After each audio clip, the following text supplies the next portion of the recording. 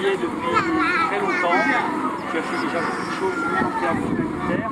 Tu peux nous donner quelques mots, quelques phrases, ce qui est ce quartier. C'est le quartier le plus défavorisé de la ville. Vous avez vu, ce quartier, avec ses environs, fait à peu près 16 000 habitants. Mais il n'y a presque pas d'infrastructures socio-sanitaires. Les routes ne sont pas carressables. Il n'y a pas de latrine, ce qui fait que la population fait ses besoins dans la nature, ce qui justifie la grande prévalence des maladies liées au péril hydrofécal. La prévalence contraceptive est très faible et on a souvent des cas de décès maternels, des cas de décès infantiles liés au paludisme, les maladies diarrhéiques, les maladies respiratoires aiguës, etc. Estime le nombre d'enfants dans un quartier comme celui de Lanchi, à peu près, et à peu près quel est le nombre d'enfants qui sont scolarisés dans ce quartier? En fait, l'a dit, selon une estimation récente des cas de la vie nouvelle, à peine 10% des enfants à la vie sont scolarisés. Les 30% sont à la maison, dans les lieux d'apprentissage, etc. Mais c'est surtout les cas des filles, parce que la jeune fille à la vie, il y a les grossesses précoces, il y a l'abandon scolaire lié au mariage forcé, au mariage précoce, etc., qui freine un peu la meilleure scolarisation des enfants du quartier.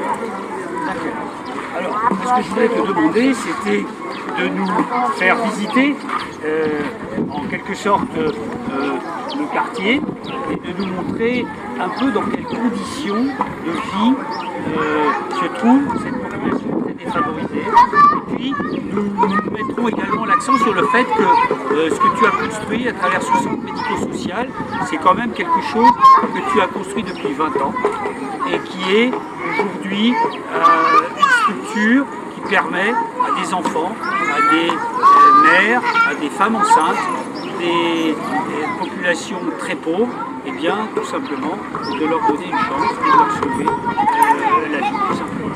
Merci beaucoup.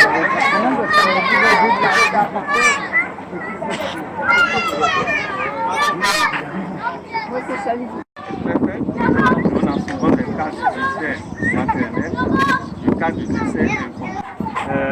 Il n'y a pas de ramassage des ordures, il n'y a pas de latrine, il n'y a pas de... Il n'y a pas d'adduction d'eau potable. Pas d'adduction d'eau potable, il n'y a absolument rien. C'est impressionnant.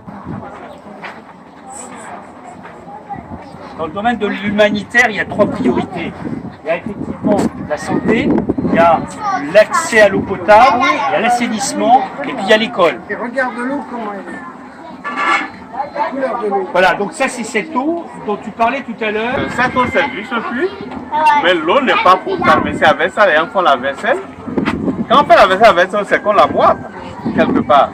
D'accord. Les gens font la cuisine avec cette eau, etc. Mais elle n'est pas bonne. Ça c'est de l'eau non potable.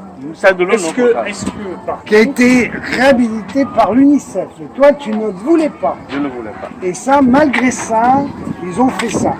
Oui, Quand même, un petit peu, on peut se poser un problème. Hein. c'est vrai. J'avoue, les enfants ne la boivent pas directement. Ils prennent l'eau de robinet qu'ils boivent. Mais les autres choses, se laver, faire la vaisselle, la lessive, etc., ils l'utilisent. Bien. UNICEF.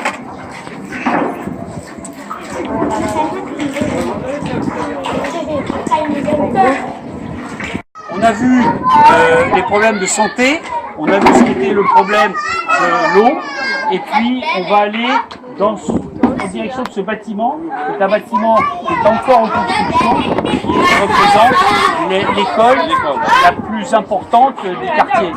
Il y a à peu près combien d'enfants qui vont être scolarisés dans cette école? L'année dernière, on avait un effectif de 263. D'accord. Mais la bonne nouvelle, je ne vous l'avais pas dit, on a eu les résultats du CFE il y a 2 jours. D'accord. On a fait 100% de réussite sur les examens du CFE.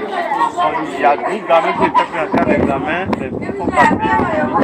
Donc, dans les 200 enfants qui sont scolarisés dans cette école, c'est une école primaire, combien y a-t-il d'instituteurs, d'institutrices? Non, là on a une institutrice et 3 instituteurs et un directeur d'école. Un chiffre de taux d'analphabétisme dans le quartier d'Algy est 80%. En voilà une en particulier qui donne un petit peu une idée de ce qu'est une église évangélique, c'est-à-dire la religion qui est au cœur de la pauvreté. C'est ça qu'il faut retenir.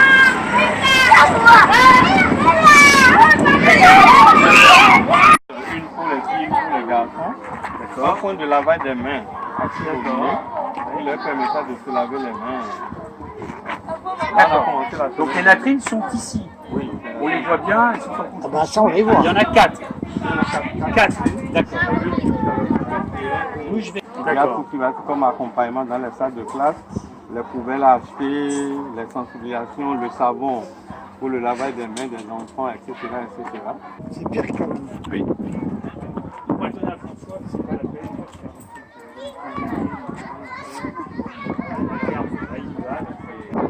En septembre, on ne peut pas rester ici. En septembre, on prend D'accord. Donc là, on est. Alors, là, c'est vraiment le bidonville. En fait, tous ces détritus servent tout simplement à permettre aux habitants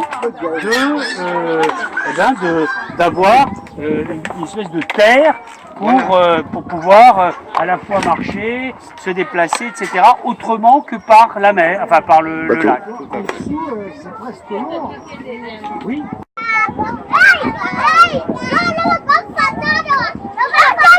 Ça y est, le pot. Alors, en fait,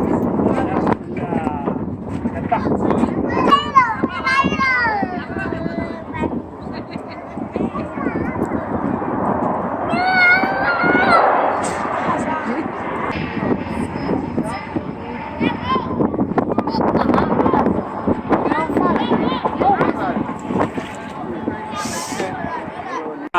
Alors Théophile, tu peux nous dire un petit peu l'environnement dans lequel on est là sur ce bateau? Ici, on est dans la cité Laki d'Aïmoukoué, qui est un des hameaux du quartier Ladi. La population ici s'adonne essentiellement aux activités de pêche. Et ils vivent sur l'eau, c'est des maisons sur pilotis. Il n'y a pas d'électricité, il n'y a pas d'eau potable, il n'y a pas de latrine, il n'y a rien, comme je le disais tout à l'heure. La population défèque dans les eaux du lac, elle jette les ordures dans les eaux du lac. Et vous voyez l'aspect de cette eau du lac qui montre que le lac est en train de mourir à petit feu de sa plus belle mort. Bien sûr, mais on entend des enfants ou des adolescents qui lancent des filets. Oui, c'est pour voir de petits poissons, etc. Pour les petits poissons. Il n'y a pas grand-chose ici. Et cette eau, je vous dis, il y a 15 ans, il y a 20 ans, elle était claire. Il y a 20 ans, l'eau était claire ici. Donc c'est vraiment la démonstration de la pauvreté et de la pollution qui a conduit ce lac dans un état d'insalubrité absolue, quoi.